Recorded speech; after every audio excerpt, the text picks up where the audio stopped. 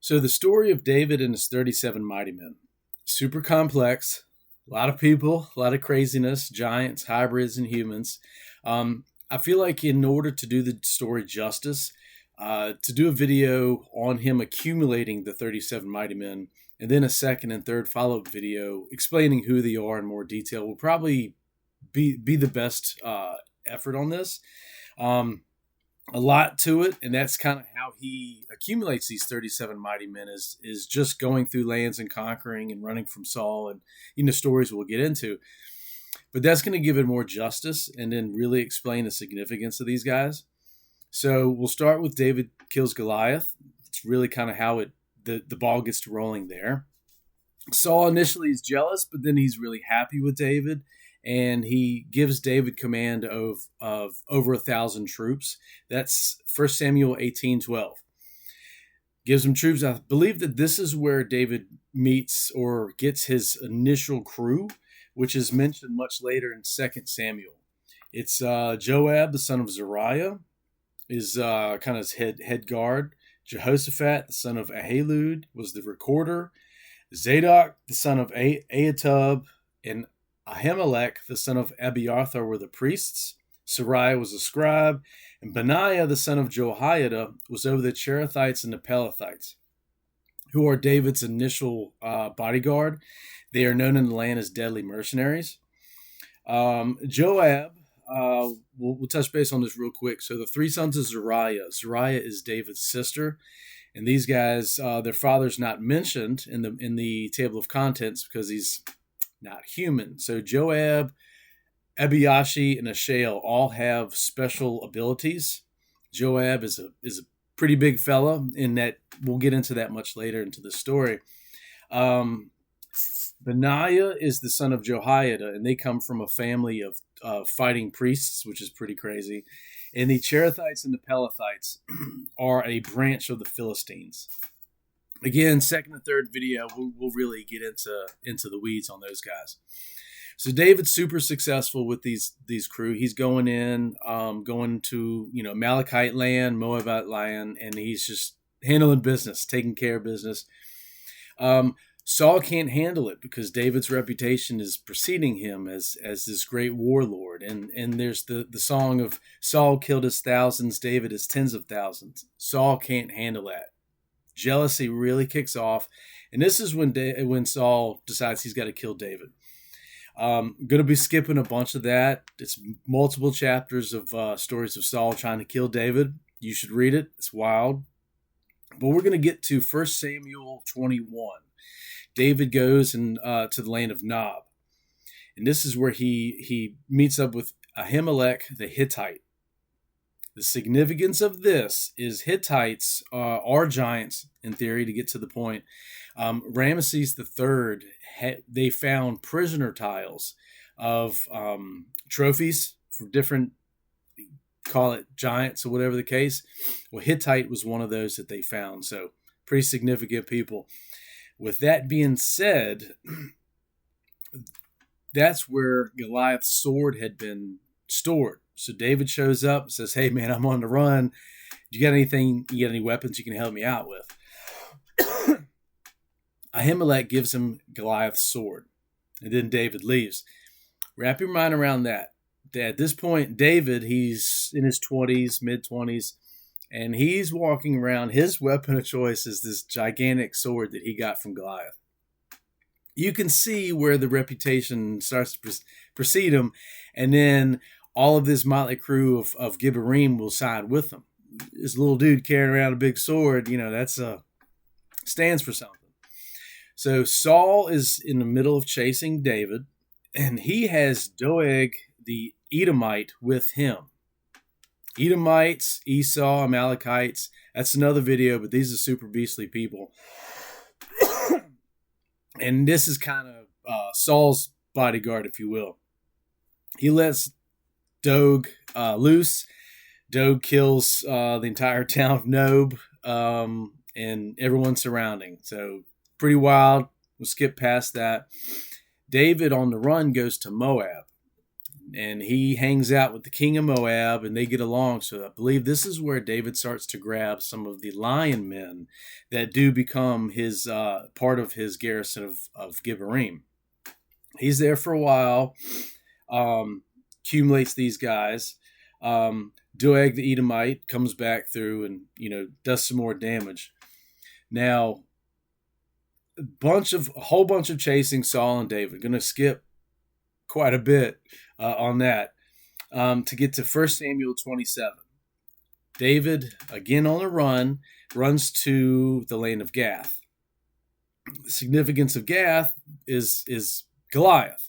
Goliath the Gittite came from Gath. So David hangs out with Gath. Now, his reputation obviously precedes him from having killed Goliath. So he gets in favor with the king of Gath. They hang out for a while. Excuse me, with his coughing.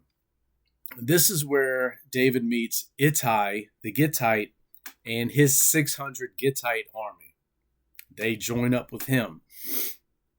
David forms raiding parties. He's going and essentially going through and cleaning up land with the Gershurites, the Amalekites, and the Girzites.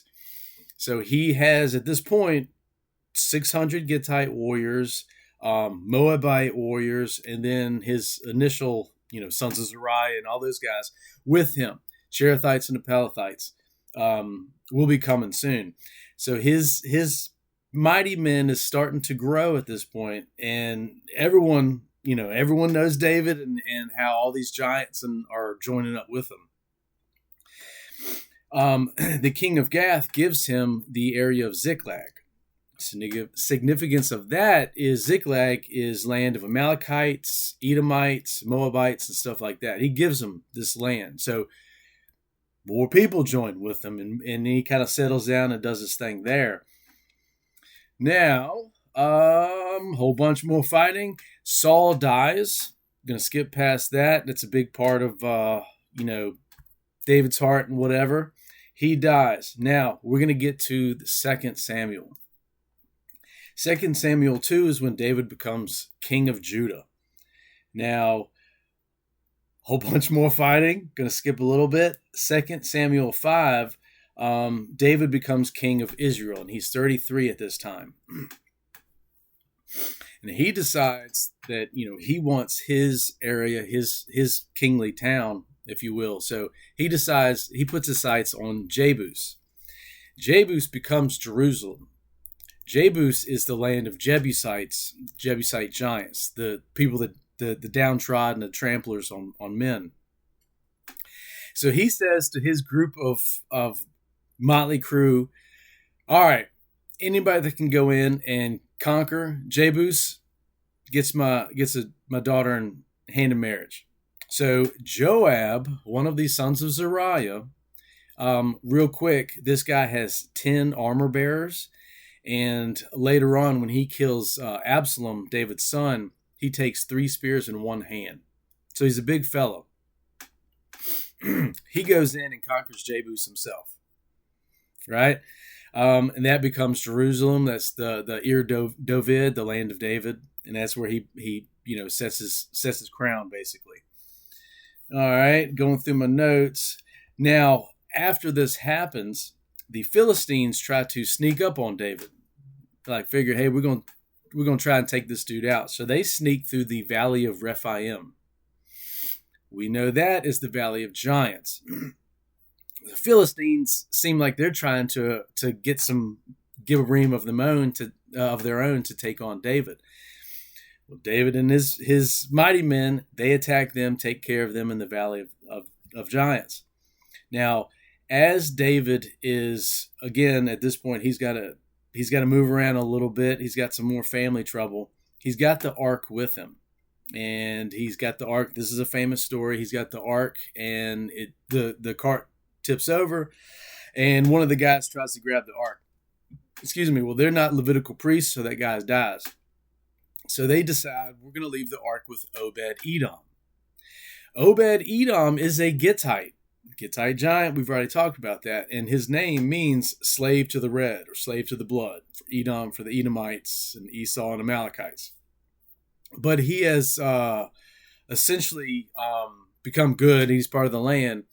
and they leave the ark with him. Now, he is also genealogically tracked. David and Samuel the seer chose Obed-Edom and a few other people to be the Shoarim, which is the bodyguards of the temple, basically. So you pick a giant that you trust to be a bodyguard of the temple. Makes sense to me.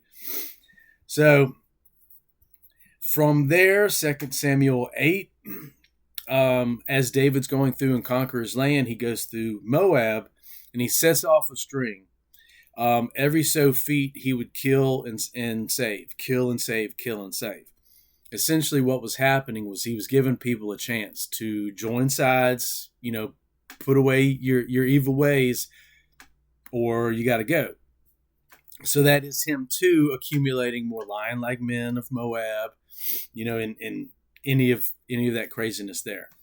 So from there, there's more family trouble, more family drama. And then shortly after that is the 2 Samuel 23 list of the 37 mighty men. Now, in First Chronicles, it's the same list minus a few misspellings and then one name change. And then there's two separate lists of additional garrisons, which one is just a bunch of random people and lion men. And then the second one is 11 Gadite warriors who all have the faces of lions. And Gad is a tribe from Israel, which we'll get into in the second and third video. So from David killing Goliath up into 2 Samuel 8:15 is when they do the official his list of initial people that I mentioned earlier.